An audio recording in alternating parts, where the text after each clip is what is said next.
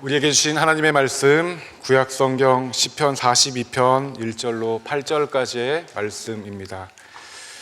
말씀을 받기 위한 우리의 고백을 함께 드립니다. 우리의 형편과 마음을 가장 잘 아시는 하나님, 이 시간 주의 말씀을 받겠습니다. 말씀하여 주옵소서. 주의 말씀대로 나를 붙들어 살게 하시고 내 소망이 부끄럽지 않게 하소서. 아멘. 한 절씩 교독하겠습니다. 하나님의 말씀입니다. 하나님이여, 사슴이 시냇물을 찾기에 갈급함같이 내 영혼이 주를 찾기에 갈급하니이다. 내 영혼이 하나님 곧 살아계시는 하나님을 갈망하나니 내가 어느 때에 나아가서 하나님의 얼굴을 배울까. 사람들이 종일 내게 하는 말이 내 하나님이 어디 있느뇨 하오니 내 눈물이 주야로 내 음식이 되었도다. 내가 전에 성의를 지키는 무리와 동행하여 기쁨과 감사의 소리를 내며 그들을 하나님의 집으로 인도하였더니 이제 이 일을 기억하고 내 마음이 상하는도다.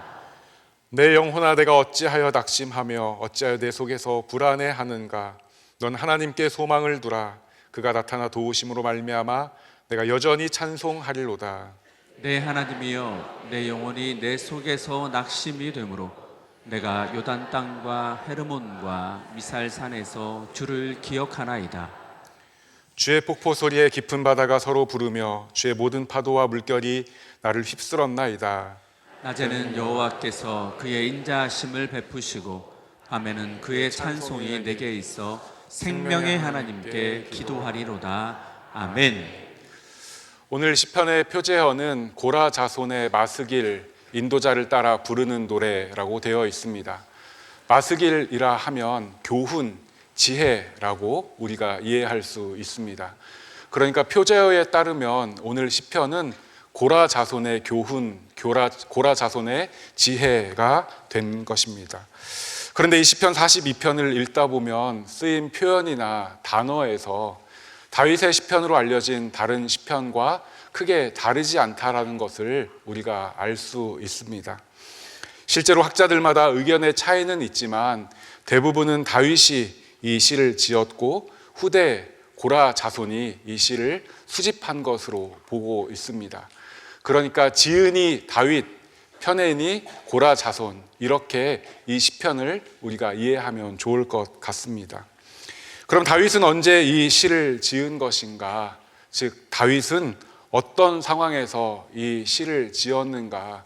두 가지의 상황으로 볼 수 있는데, 하나는 다윗이 사울의 추격을 피해 광야에 있는 한 산에서 숨어 썼다라는 견해가 있고, 또 다른 하나는 아들 압살롬의 반역으로 다윗이 예루살렘을 떠날 때 지은 시다라는 견해가 있습니다. 그러나 상황이 어떠하든 다윗은 지금 굉장히 위급하고 또 심정적으로는 억울한 상황입니다. 만약 사울로부터 추격을 받고 있는 상황으로 본다면 다윗은 사울로부터 추격받을 만한 일을 한 적이 없습니다. 오히려 다윗은 사울을 도왔습니다. 사무엘상 16장 마지막 절을 보면 사울에게 악령이 임했을 때 다윗이 사울을 위해 수금을 연주했고 덕분에 사울은 상쾌하여 낫고 악령이 떠나갔다라고 기록하고 있습니다. 이어지는 17장을 보면 다윗은 골리앗을 이김으로써 온 이스라엘을 블레셋의 손에서부터 건져내었고, 이어진 18장에서는 그러한 다윗이 사울의 사위가 됩니다. 그러니까 다윗이 조금 더 인기가 많고 사람들의 칭찬을 조금 더 많이 받았다 할지라도 그것은 사울에게 있어서 불쾌한 일이 아니라 오히려 기분 좋은 일이 될 수 있는데 사울에게는 그렇지가 못했던 것입니다. 사울은 천천히요, 다윗은 만만이다라는 여인들의 노랫소리가 사울의 귀에 거슬리게 되었고, 그때부터 사울은 다윗을 주목하여 보기 시작합니다. 이후 사울은 다윗을 죽이려 들기 시작했고, 이때부터 다윗은 본격적인 도주를 하게 됩니다. 이때 다윗의 심정 어떠했겠습니까? 여러분이 지금 이 상황에 다윗이라면 어떤 마음이 들겠습니까? 하루하루가 굉장히 힘들었을 것입니다. 왜냐하면 말 그대로 목숨을 건 도주를 해야 하기 때문입니다. 또 감정적으로도 이성적으로도 굉장히 억울하고 답답했을 것입니다. 왜냐하면 난 이런 대우를 받을 만한 일을 한 적이 없기 때문입니다. 나는 왕을 도우려고 한 것밖에 없는데 내 선의는 어디로 가고 내 공로는 어디로 가고 그렇게 나를 높이고 칭찬했던 사람들은 다 어디로 가고 이제는 아내도 없고 친구도 없이 목적지도 모른 채 그저 살려고 방황만 해야 했으니 다윗의 마음은 말로 다 할 수가 없을 것입니다.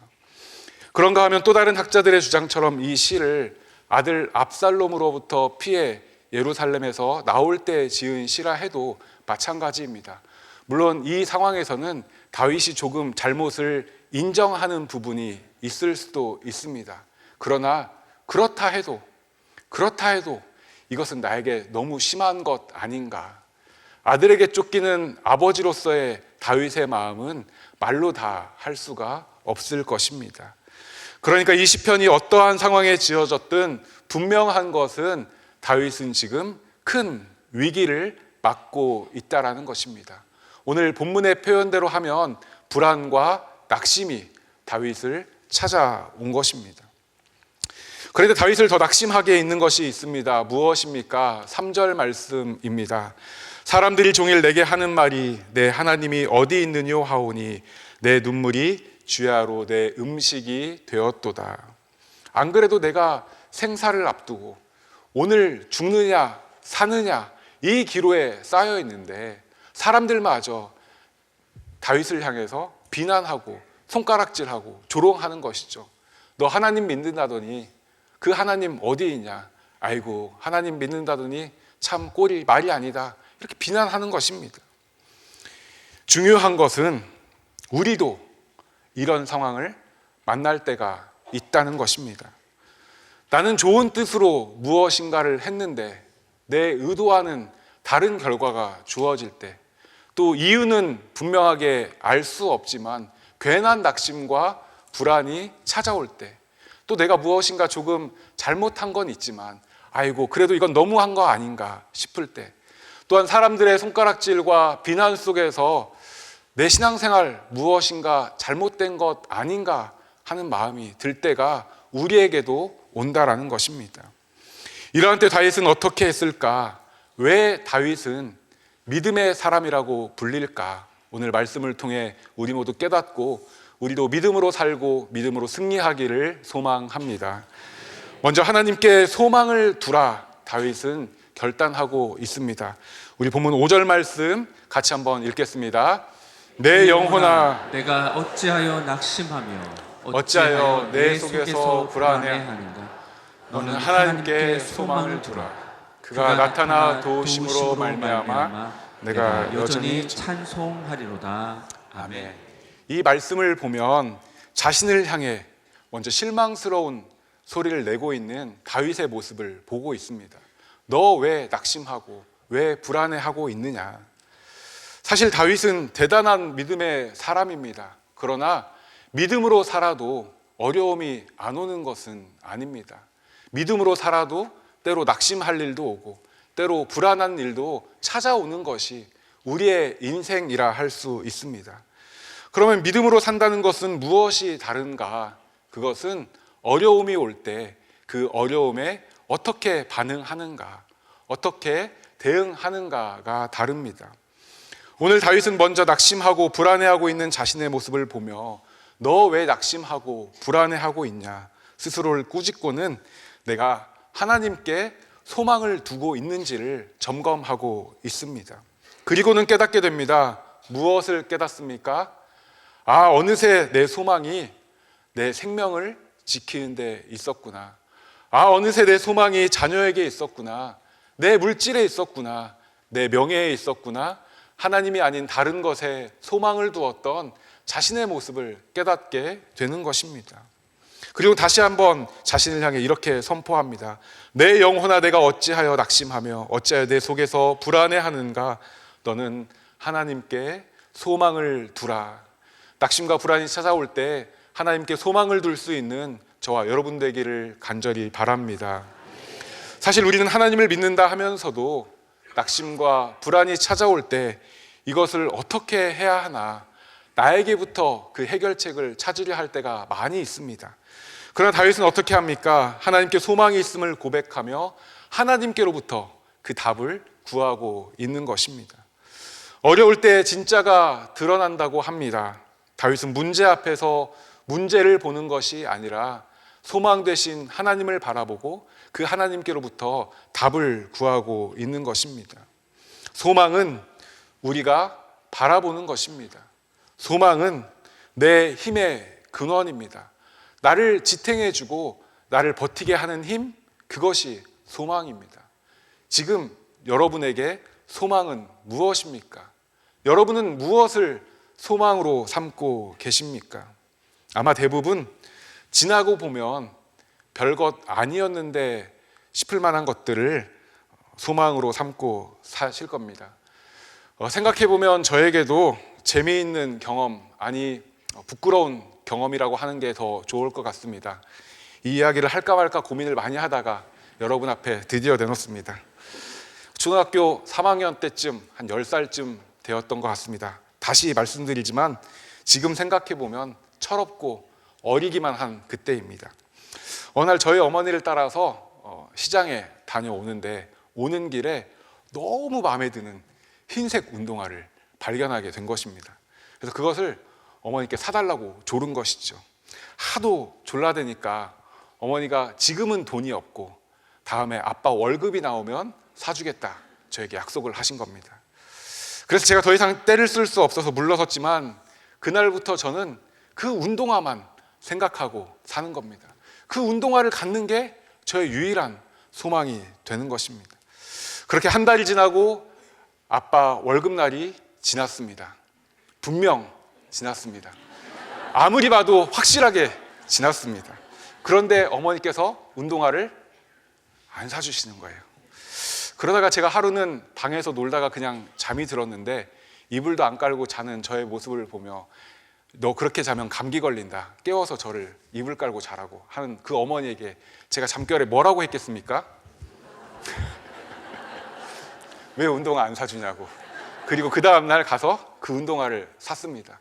그리고 그 다음에 사진을 찍으면 그 운동화 조금 잘 보이게 하려고 이렇게 옆으로 서서 찍기도 하고 발을 조금 내밀고 찍기도 하고 사진을 찾아봤는데 없더라고요. 그래서 보여드리지는 못합니다. 그런데 커서는 안 그랬겠습니까? 뭐 하나 갖고 싶으면, 뭐 하나 하고 싶으면, 어디 가고 싶으면 그거에 꽂혀가지고 그게 제 소망이 되곤 했던 저의 모습을 돌아봅니다. 여러분도 지금 저를 비웃고 계시지만 여러분에게는 이런 경험이 없으십니까? 그렇게 우리는 세상의 소유를, 그렇게 우리는 눈에 보이는 것을 우리의 소망으로 삼고 살아갑니다. 그렇게 우리는 세상의 권력을, 세상의 명예를, 세상의 영광을 우리의 소망으로 삼고 살아갑니다. 그런데 그 소망이 어떻습니까? 다 부질없는 소망이 되는 것입니다. 제가 그렇게 원해서 가졌던 그 운동화, 그때는 이것만 있으면 100m를 10초에 뛸 것 같고 다 할 수 있을 것 같았지만 그 운동화가 지금 어디 있습니까? 어디 있는지조차 모릅니다. 그렇게 우리가 소망했던 것, 가졌던 것, 누렸던 것들이 다 어디에 있는지조차 모르고, 아니 그것이 무엇이었는지조차 모르는 것을 우리는 소망으로 삼고 살아갑니다. 그러니까 낙심과 불안이 찾아올 때 우리에게 능력이 없는 것입니다. 이것만 있으면 될 것 같아서 그것을 소망으로 붙잡지만 이 사람만 만나면 다 될 것 같아서 어떻게든 만나려고 하고, 이 학교에만 합격하면 다 될 것 같아서 여기에 매달리고, 여기에 취업만 하면 다 될 것 같고, 이 일만 성사되면 내가 다 될 것 같지만 그것이 우리에게 찾아오는 낙심과 불안을 막을 수가 없는 것입니다. 그것이 우리에게 답이 될 수가 없는 것이죠. 하나님만이 우리의 소망 되신 줄로 믿습니다.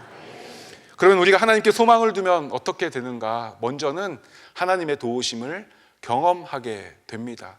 또 어떤 은혜가 있습니까? 여전히 하나님을 찬양할 수 있는 은혜를 누리게 됩니다. 낙심과 불안이 왔다는 것을 영적으로 보면 찬송이 막힌 것인데 하나님께 소망을 둘 때 하나님께서는 우리를 도우시고 우리는 여전히 하나님을 찬송할 수 있게 되는 것입니다. 오늘 5절 말씀 다시 한번 읽어드립니다. 내 영혼아 내가 어찌하여 낙심하며 어찌하여 내 속에서 불안해하는가. 넌 하나님께 소망을 두라. 그가 나타나 도우심으로 말미암아 내가 여전히 찬송하리로다. 여전히 찬송하리로다. 그런데 말씀을 묵상하면서 드는 생각은 우리가 하나님께 소망을 두는 순간 하나님께서 그래 너 드디어 나에게 소망을 두는구나. 내가 너를 도와줄게. 내가 너를 찬양하게 할게 라고 하실까? 물론 그러실 수도 있습니다. 그런데 하나님은 언제나 신실하신 하나님이시고 또한 하나님은 언제나 우리를 사랑하고 돕고 계시는데 우리가 하나님께 소망을 두지 않고 내 힘, 내 능력, 내 방법을 바라보고 있을 때는 그 소망의 하나님이 보이지가 않는 것이죠. 그런데 하나님께 소망을 두면 우리의 시선을 하나님께 두면 그때 비로소 깨닫게 되는 것입니다. 무엇을 깨닫게 됩니까? 여전히 우리를 돕고 계신 하나님, 여전히 우리의 소망 되신 하나님, 여전히 우리를 사랑 가운데 붙들고 계신 하나님, 너 왜 나를 바라보지 않냐? 안타까운 눈으로 우리를 바라보고 계신 하나님, 그 하나님을 깨닫게 되는 것입니다. 그러면 어떻게 됩니까? 하나님은 나를 돕고 계시고 나의 능력이 되시는데 내가 이제까지 방황하고 있었구나. 내가 나를 믿고 있었구나. 내가 내 방법을 찾고 있었구나. 하나님께 소망을 두고 나를 돕고 계신 하나님으로 인해 이제는 문제와 상관없이 상황과 상관없이 여전히 하나님을 찬양하게 되는 것입니다. 여기에서 여전히라는 단어에 쓰인 원어 오드라는 단어는 오히려 다시라는 뜻입니다. 그러니까 문제는 나에게 여전히 있지만 하나님께 소망이 있기에 그것을 내가 믿기에 문제가 있어도 여전히 하나님을 찬양하는 것입니다. 문제가 있어도 오히려 하나님을 찬양하는 것이고 문제가 있어도 다시 하나님을 찬양할 수 있게 되는 것입니다.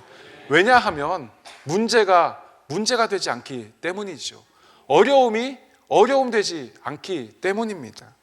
하나님께서 내 소망이 되시고 내 도움이 되시는 것을 이제는 믿고 확신할 수 있기 때문입니다. 사랑하는 여러분, 우리의 소망은 어디에 있습니까? 여러분은 무엇을 소망으로 삼고 계시고 여러분에게 낙심과 불안이 찾아올 때 여러분은 무엇을 바라보고 계십니까? 하나님께 소망을 두고 하나님을 온전히 바라봐야 할 줄로 믿습니다. 그럴 때 우리는 우리의 소망 되신 하나님으로 인해 그 도우심으로 인해 여전히 하나님을 찬송하게 될 줄로 믿습니다. 두 번째로 낙심과 불안이 올 때 다윗은 지난날 베푸신 은혜를 기억합니다 라고 고백합니다. 오늘 본문 6절의 말씀 우리 같이 한번 읽겠습니다. 내 하나님이여 내 영혼이 내 속에서 낙심이 되므로 내가 요단 땅과 헤르몬과 미살산에서 주를 기억하나이다. 아멘. 다윗은 지금 내 영혼이 낙심이 되므로 내가 주님을 기억합니다 라고 고백하고 있습니다. 우리는 늘 오늘이라는 시간을 살고 있습니다. 또 우리가 살아가야 할 시간은 내일 또 미래의 시간입니다. 그런데 사실 우리는 과거와 함께 살고 있고 또 과거의 어떤 시간이나 사건을 추억하며 살아갑니다. 특별히 어려움을 만나 앞이 잘 보이지 않을 때에는 더더욱 지난 날을 돌아보며 그때는 좋았었는데 내가 무엇을 잘못해서 이렇게 되었을까? 내가 혹 무엇을 실수했나 되돌아보곤 합니다. 다윗도 구체적으로 무엇이 어떤 사건인지 우리가 분명하게 알 수는 없지만 낙심과 불안을 만나게 됐을 때 지난 날을 돌아보고 있는 것입니다. 내 영혼이 내 속에서 낙심이 되므로 유단 땅과 헤르몬과 미살산에서 주를 기억하나이다. 그런데 여기서 다윗은 내가 좋았던 날들을 기억합니다 라고 고백하고 있지 않습니다. 뭐라고 합니까? 유단 땅과 헤르몬과 미살산에서 주를 기억합니다. 그렇다면 유단 땅과 헤르몬과 미살산은 어디인가? 쉽게 말해서 다윗이 살려고 도망했던 경로입니다. 그러나 동시에 이곳은 다윗이 하나님의 사랑과 도우심을 경험했던 곳이기도 합니다. 그러니까 여기서 주님을 기억한다라는 것은 그때는 좋았었는데 라며 지난날에 미련을 두는 것이 아니라 오히려 지난날 더한 어려움 가운데서도 하나님께서 나를 도우시고 은혜를 베푸셔서 여기까지 오게 하신 그 하나님을 기억한다라는 것입니다. 다시 말해 그때 거기에서도 힘들고 어려웠지만 하나님께서 그곳에서 은혜를 베푸시고 능력으로 붙드셨기에 여기까지 온 것을 기억하며 앞으로도 함께 하실 하나님을 기대하는 그 고백과 결단을 다윗은 지금 하고 있는 것입니다. 혹 지금 여러분 중에 불안과 낙심 가운데 계신 분이 있으십니까? 혹 가지고 있는 기도의 제목 때문에 답답한 분이 계십니까? 그때 우리를 도우시고 여기까지 인도하신 그 하나님을 기억해야 할 줄로 믿습니다. 생각해 보면 이런 어려움이 우리에게 처음 온 것이 아닙니다. 너무도 많이 있었지요. 우리에게도 눈물 흘리며 기도했던 요단 땅과 헤르몬과 미살산이 있었습니다. 그러나 그곳에서 하나님께서 우리를 도와주셨고 우리를 인도해 주셨기 때문에 우리가 오늘 여기까지 오게 된 것입니다. 당시에는 그곳이 어려움의 장소요 낙심했던 곳이지만 지금 우리에게는 그곳이 하나님의 은혜를 경험했던 곳이요 다시 한번 일어났던 곳입니다. 그때 그 시간이 우리에게는 낙심의 시간이고 불안의 시간이었지만 지금은 우리에게 간증의 시간이 되는 것입니다. 다윗도 어려움 가운데 지난 날을 돌아보며 나를 도우신 은혜의 하나님을 기억하고 앞으로 함께 하실 그 하나님을 소망 가운데 바라보고 있는 것입니다. 사랑하는 여러분, 우리에게도 불안과 낙심이 찾아올 때 당황하지 말고 여기까지 인도하신 하나님, 우리를 도우시고 사랑으로 돌보시는 그 하나님을 기억할 수 있기를 바랍니다. 구약성경 신명기서의 주제는 기억하라는 것입니다. 무엇을 기억하라는 것입니까? 여기까지 온 것이 내 힘, 내 능력으로 온 것이 아니라는 것을 기억하라는 것입니다. 신명기 7장 19절 상반절의 말씀 우리 같이 한번 읽어보겠습니다. 내 하나님 여호와께서 너를 인도하여 내실 때에 내가 본 큰 시험과 이적과 기사와 강한 손과 편팔을 기억하라. 아멘. 모세는 큰 시험과 이적과 기사와 강한 손과 편팔을 기억해라. 다시 말해 홍해를 가르시고 만나와 메추라기를 먹이시고 아말렉을 이기게 하시고 반석에서 물이 나게 하신 그 하나님, 너희가 경험했던 그 하나님의 은혜를 기억하라는 것입니다. 왜 그랬을까요? 첫 번째는 베푸신 그 은혜에 감사하라는 것이죠. 두 번째는 무엇입니까? 너희가 앞으로도 어려움이 오겠지만 그때 너희가 경험했던 그 하나님을 다시 한번 기억하고 그 하나님을 힘으로 삼고 담대히 나아가라. 그래서 기억하라고 말하고 있는 것입니다. 그래서 오늘 읽은 19절 후반절 말씀이 무엇입니까? 우리 같이 한번 다시 읽어보겠습니다. 내 하나님 여호와께서 내가 두려워하는 모든 민족에게 그와 같이 행하실 것이요. 아멘. 네가 두려워하는 모든 민족에게 또 그와 같이 행하실 것이다. 그러니 너는 두려워하지 말고 함께 하신 그 하나님의 은혜를 기억하라는 것입니다. 사랑하는 여러분, 불안과 낙심이 찾아왔습니까? 그럼에도 불구하고 여기까지 오게 하신 그 하나님의 은혜를 기억할 수 있기를 바랍니다. 쉽지 않았지만 하나님께서 우리를 여기까지 인도하셨고 또 앞으로도 우리를 도우시고 인도하셔서 우리가 두려워하고 있는 모든 민족에게 또 그와 같이 행하실 줄로 믿습니다. 마지막으로 다윗은 기도할 것을 결단하고 있습니다. 오늘 본문 8절의 말씀 같이 한번 읽겠습니다. 낮에는 여호와께서 그의 인자심을 베푸시고 밤에는 그의 찬송이 내게 있어 생명의 하나님께 기도하리로다. 아멘. 설교 초반에 제가 믿음의 사람도 어려움이 올 수 있다. 그러나 대응이 다르다라고 말씀드렸는데 다윗은 어려움 앞에서 먼저 자신의 소망이 하나님께 있음을 다시 한번 확인하고 또 결단했습니다. 그리고 베푸신 은혜를 기억했고 이제 마지막으로 기도할 것을 결단하고 있습니다. 사실 우리가 살아가는 데 필요한 것이 많고 또 우리가 잘 살 수 있도록 우리에게 힘이 되고 또 우리를 지탱해 주는 것들이 많이 있습니다. 때로는 물질이 내 힘이 되고, 때로는 사회적 지위나 직책이 내 힘이 되고, 때로는 내가 가지고 있는 지식이나 지혜, 또 관계가 우리에게 힘이 될 때가 있습니다. 그런데 어려움을 당해보면 그것이 더 이상 나에게 힘이 되지 못하는 것을 우리는 너무도 뼈저리게 경험합니다. 내가 믿어왔던 것들이 아무것도 아니구나라는 것을 너무도 절절히 경험하는 것이죠. 가끔 이렇게 말씀하시는 분이 있습니다. 목사님, 제가 다른 것은 몰라도 건강 하나만큼은 자신 있습니다. 목사님, 제가 다른 것은 몰라도 자식 농사는 참 잘 지은 것 같습니다. 참 좋은 일입니다. 감사한 일이지요. 그런데 그것이 우리에게 찾아오는 불안과 낙심을 막을 수는 없습니다. 이 땅 자체가 불완전한데 무엇을 우리가 자신하며 살 수 있겠습니까? 오늘 다윗이 사울이나 압살롬에게 추격을 당해 여기저기 도망하며 이 시를 지었다고 할 때, 이전에 자기를 향해서 다윗은 만만이다 노래했던 그 수많은 사람들, 지금 무슨 소용이 있습니까? 지금 다 어디로 간 것입니까? 다윗도 그렇게 응원하고 도와줬던 사람들이 수없이 많았지만 이 낙심과 이 불안 앞에서는 아무것도 아니게 된 것입니다.